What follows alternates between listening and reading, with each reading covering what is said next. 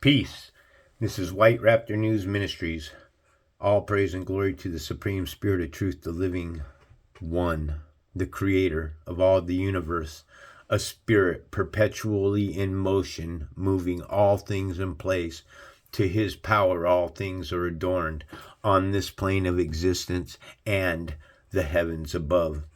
Peace to you, children that serve one, the Spirit of Truth. Those that love God, love God. Those that love God, say it, I love God. I love the Spirit of Truth.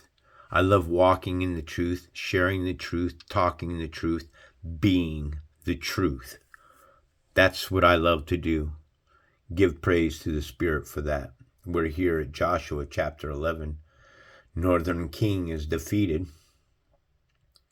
When Jabin, king of Hazor, heard of this, he sent word to Jobab, king of Madon, to the king of Shimron, and Akshaph,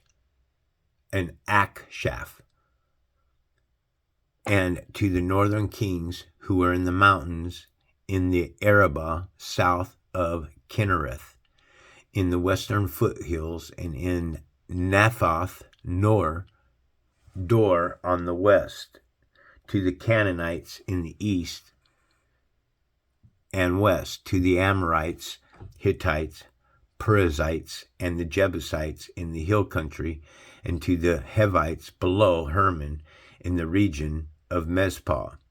They came out with all their troops and large numbers of horses and chariots, a huge army, as numerous as the sands of the seashore. All these kings joined forces and made camps together at the waters of Merom to fight against Israel. The Lord said to Joshua, do not be afraid of them, because by this time tomorrow I will hand all of them slain over to Israel. You are to hamstring their horses and burn their chariots.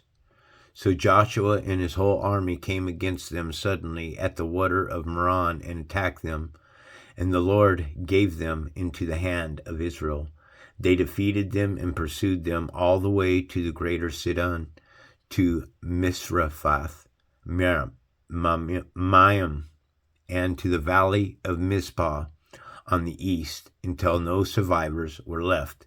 Joshua did to them as the Lord had directed. He hamstrung their horses and burned their chariots.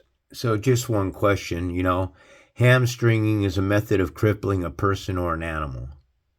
So the Lord, the Supreme Spirit, the Spirit of Truth, the living God, is telling them to maim all the horses. Why?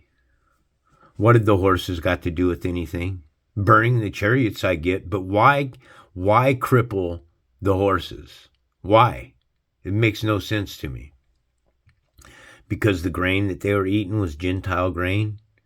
At that time, Joshua turned back and captured Hezon and put its king to the sword. Hezon had been the head of all these kingdoms.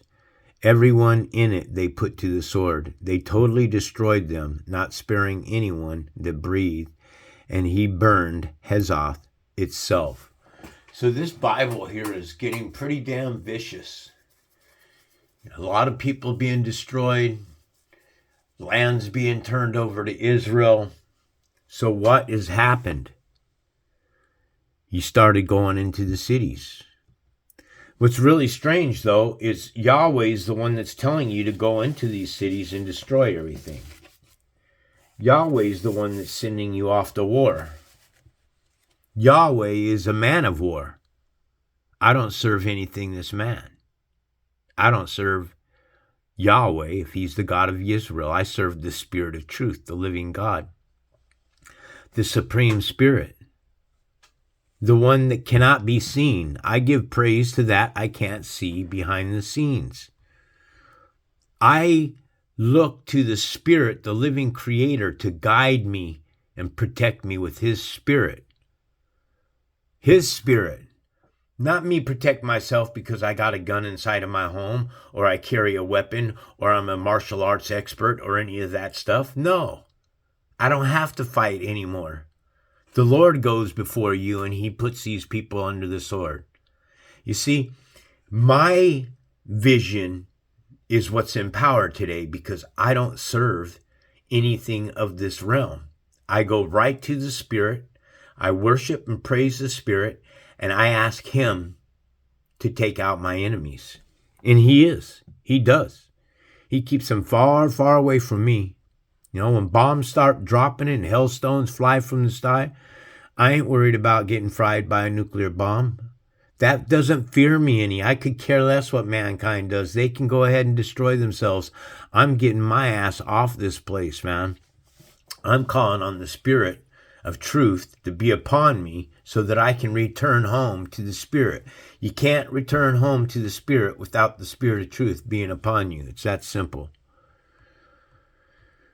Okay, everyone in it they put to the sword. They totally destroyed them, not sparing anyone that breathed, and he burned Hazon itself. Joshua took all these royal cities and their kings and put them to the sword. He totally destroyed them.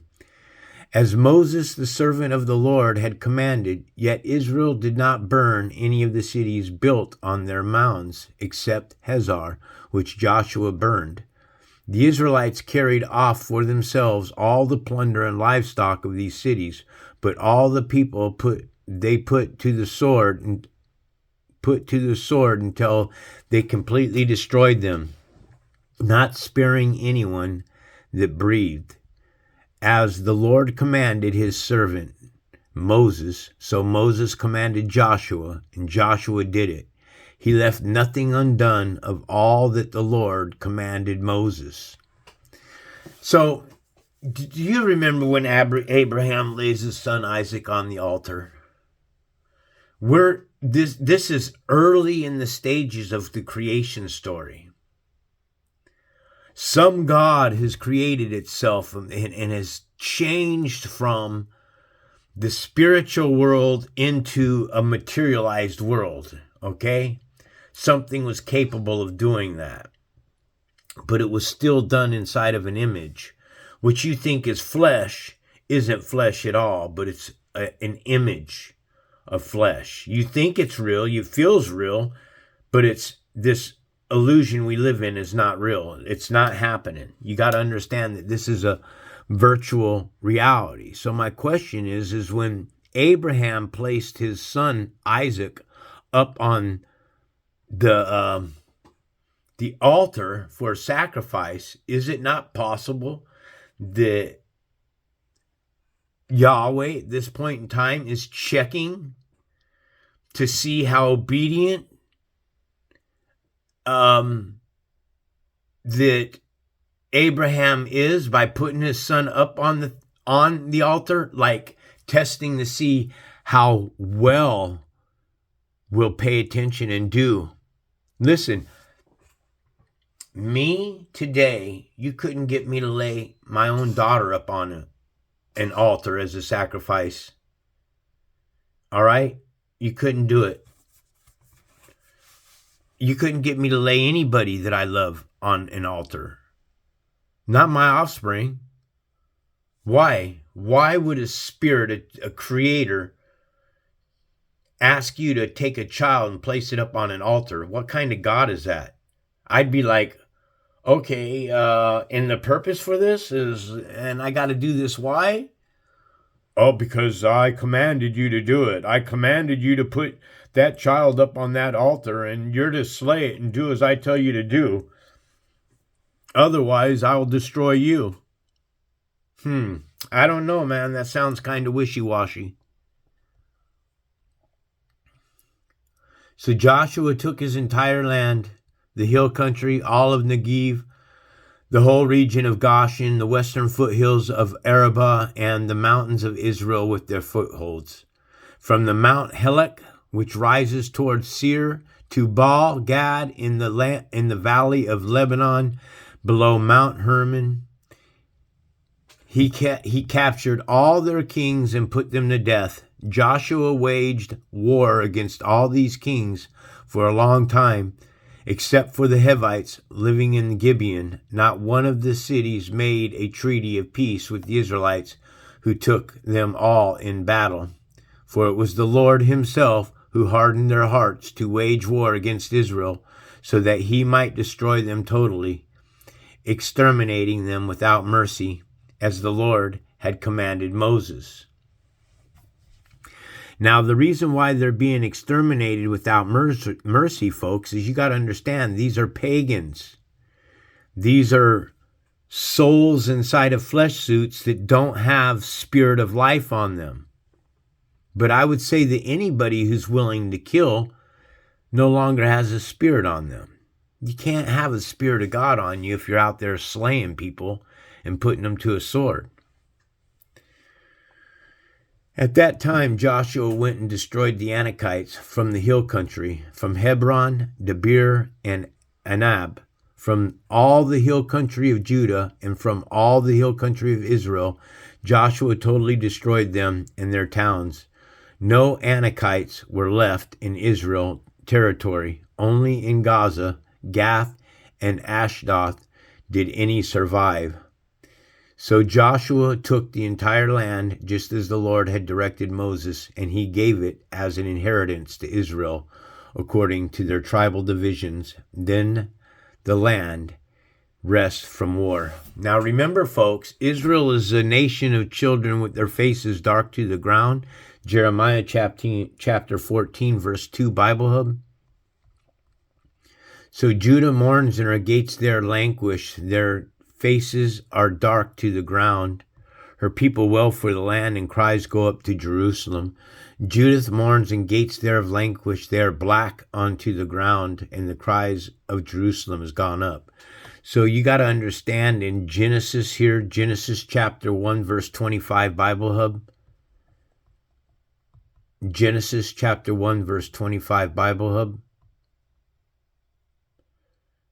Okay, this is a hidden parable. God made the beasts of the earth according to their kinds. All right, the beasts of the earth are white, black, Asians, Puerto Ricans, Mexicans, Canadians, Australians, North Koreans, South Koreans, Chinese, Japanese. These are the beasts of the field, and they're all colors, they're all races, they're black, they're white, they're purple, they're green, they're yellow, they're orange. They're all colors, okay? And then Israel is a nation of black people. So there are Gentile that are in power, black Gentile that are in power, that are keeping Israel underneath of the yoke, under slavery. So we're going to cut out on that one there. That's Joshua. Okay, so Joshua inherited the entire land according to their tribal divisions. Then the land had rest from war. So that's number 11 we're at, and that's the Northern Kings defeated. This is White Raptor News Ministries.